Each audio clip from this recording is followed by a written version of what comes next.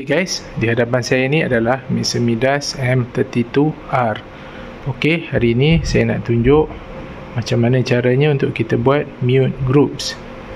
Mute group tu apa? Mute group tu maksudnya kita nak mute certain group lah. Maksudnya kita nak mute sekali banyak-banyak channel dalam satu masa.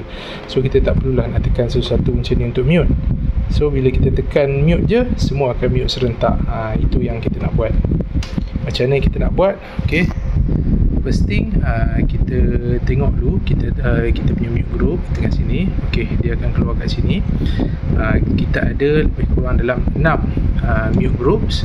So kita boleh assign lah mana-mana group lah untuk kita nak buat mute tu. Okay, macam mana yang kita nak buat? Okay, cara yang pertama adalah kita select channel. Bila kita select channel, kita tengok dekat screen. Dekat screen kita ni, kita tekan arrow bawah ni. Okey, arrow bawah ni lah. Ni arrow atas. Kita tekan arrow bawah. Okey, dia ada mute group kat sini.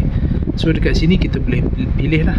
Kita boleh pilih kita nak mute group yang ke berapa. Macam kat sini saya dah assign ke mute group 1 lah. Contohnya kalau kita nak assign dia, kita tekan je lah. Okey, mute group 1, kita dah assign dia ke dalam mute group 1. So untuk yang channel lain pun kita boleh buat benda yang sama. Kita select, kita assign. Ok, sekarang ni saya dah assign dah. Ok, contoh yang ni channel yang keempat ni, ok, saya nak assign dia ke mute group 1 juga. Ok, tekan assign je. Yang channel yang ni pun sama, channel yang ni pun sama. Kita assign je semua. Kita select, kita assign, kita select, lepas tu kita assignkan dia. Ok, maksudnya semua dalam fader layer yang pertama ni semua kita dah assign ke dalam mute group 1. So kita nak tengok dia jadi ke tak. So kita tekan kita punya button mute group. Ok, bila kita dah tekan button mute group, kita tekan mute group 1 ni. So kita tengok nampak semua dah mute. Ok, nampak? Ok, semua dah mute serentak. Ok, satu cara lagi, kalau kita nak mute dia, selain pada kita tengok pada mute group ni, kita boleh assign mute group tu dekat assign button kita ni. Assign button ni dia universal lah, kita boleh assign apa-apa saja kat sini. Cara nak buat dia, kita tekan view.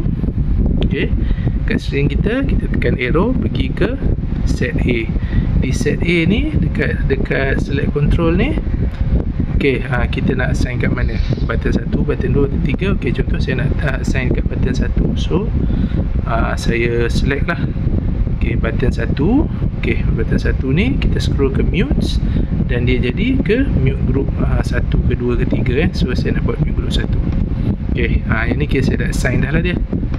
Bila saya dah assign, ok, then button ni dah jadi button untuk kita mute group. Ok, kalau kita nak tengok jadi ke tak, kita tekan. Ok, kita tengok nampak? Kita tekan, dia akan mute. So kalau kita nak unmute, tekan balik. Ok, dia unmute. Ok, itu antara cara dia lah untuk kita buat mute group. Ok guys.